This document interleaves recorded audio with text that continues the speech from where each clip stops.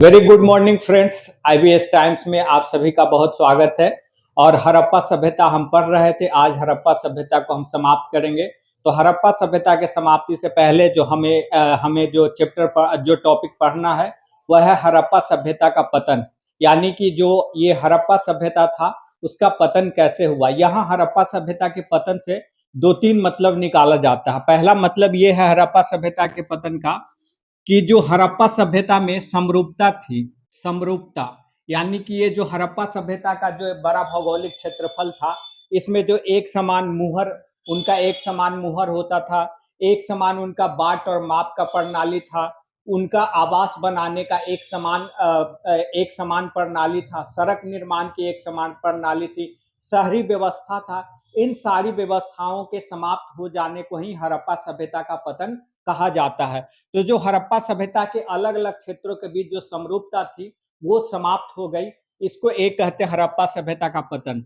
दूसरा ये है कि हड़प्पा सभ्यता का जो शहरी जीवन था वो खत्म हो गया और हड़प्पा सभ्यता के लोग उन इलाकों से निकल करके दूसरे इलाकों में जा करके ग्रामीण जीवन जीने लगे।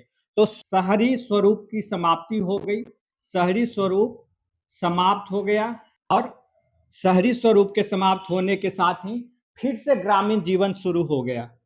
फिर से ग्रामीण जीवन शुरू हो गया, ग्रामीण जीवन प्रारंभ हो गया। यानी एक नियोलिथिक एज में जो ग्रामीण जीवन था वहां से डेवलप करके आगे बढ़ते हुए हड़प्पा सभ्यता, हड़प्पा काल यानी 2600 ईसा पूर्व से लेकर के 2600 ईसा पूर्व से 1900 ईसा पूर्व के बीच में ये जो शहरी सभ्यता का काल था, ये शहरी सभ्यता समाप्त हो जाता है और फिर से लोग ग्रामीण जीवन जीने लगते हैं।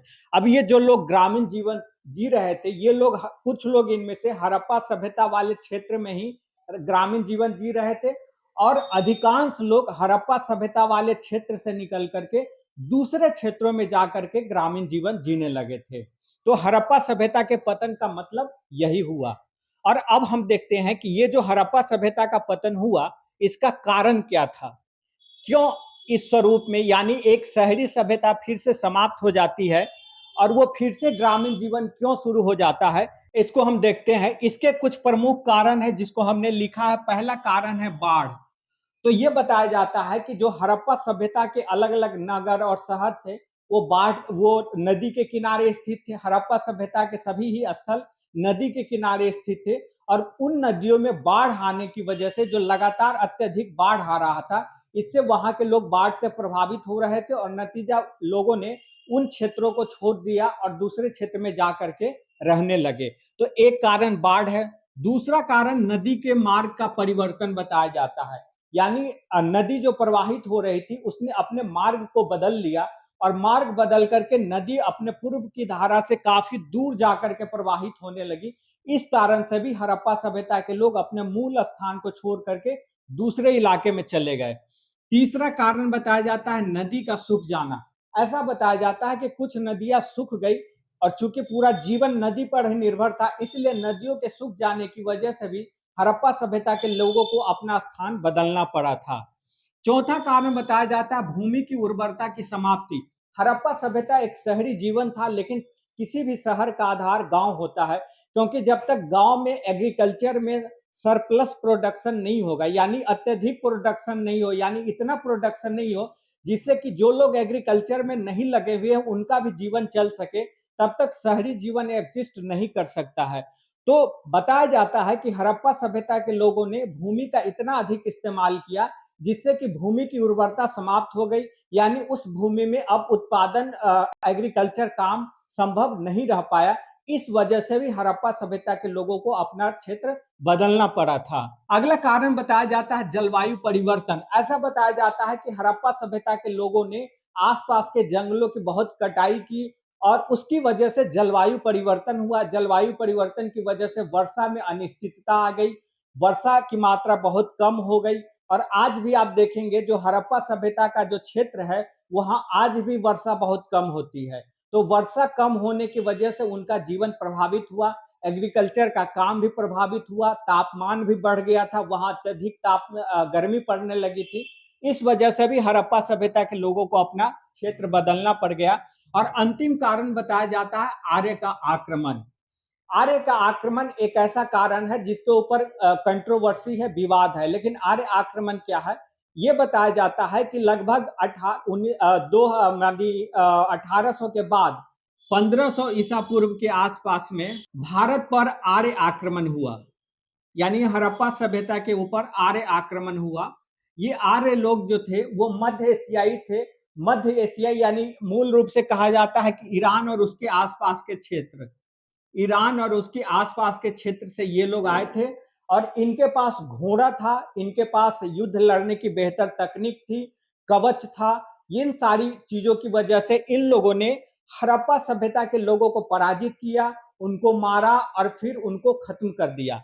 तो ये एक आर्य आक्रमण की कारण बताया जाता है। इसके साक्ष्य के रूप में ये बताया जाता है कि जो वर्तमान में मोहनजोदड़ो नामक का स्थान है, मोहनजोदारो नामक स्थान है, इस स्थान से बहुत सारा नर कंकाल मिला है।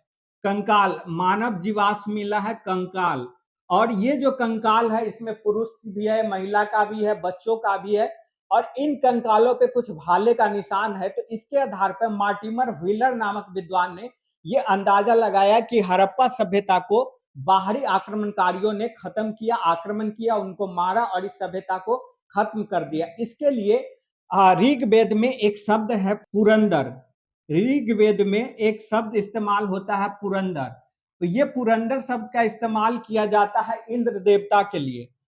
इंद्र देवता के लिए पुरंदर शब्द का इस्तेमाल किया जाता है और पुरंदर का अर्थ होता है दुर्ग विनाशक। पुरंदर का अर्थ होता है दुर्ग विनाशक। तो हमने आपको बताया था जब आपने हड़प्पा सभ्यता को का जब हमने नगर नियोजन को देखा था तब हमने आपको बताया था कि हड़प्पा सभ्यता का शहर दो हिस्सों में बटा होता था। एक दुर्ग वाला इलाका होता था जहां शासक वर्ग के लोग रहते थे, संपन्न वर्ग रहते थे, और दूसरा निचला शहर होता था। तो कहा जाता है कि ये जो इंद्र के लिए ऋग्वेद में जो पुरंदर शब्द का इस्तेमाल किया गया है, तो पुरंदर का अर्थ होता है दुर्ग विनाशक। इससे यह अंदाजा लगाया जाता है कि आर्यों ने ही इन हड़प्पा सभ्यता के जो दुर्ग इलाका था जहां शासक वर्ग और संपन्न लोग रहते थे उनको पराजित करके हड़प्पा सभ्यता को खत्म किया और वहां पे अपनी उपस्थिति दर्ज कराई। तो इस तरह हमने देखा कि हड़प्पा सभ्यता के पतन के कई कारण थे जिसकी वजह से लगभग 1800 से लेकर के 1500 ईसा पूर्व के बीच में हड़प्पा सभ्यता का पतन हो जाता है, यानी इनका शहरी स्वरूप समाप्त हो जाता है। फिर से ग्रामीण जीवन शुरू होता है और हड़प्पा सभ्यता के लोग दूसरे इलाकों में जाकर के रहने लगते हैं। तो ये रहा हड़प्पा सभ्यता का पतन और इसके साथ ही हमारा हड़प्पा का चैप्टर पूरा हो जाता है। आगे अगले वीडियो में हम किसी दूसरे चैप्टर के साथ उपस्थित होंगे। ये वीडियो आपको पसंद आए तो चैनल को शेयर कीजिएगा, वीडियो को लाइक कीजिएगा और वीडियो को अपने लोगों के साथ शेयर कीजिए।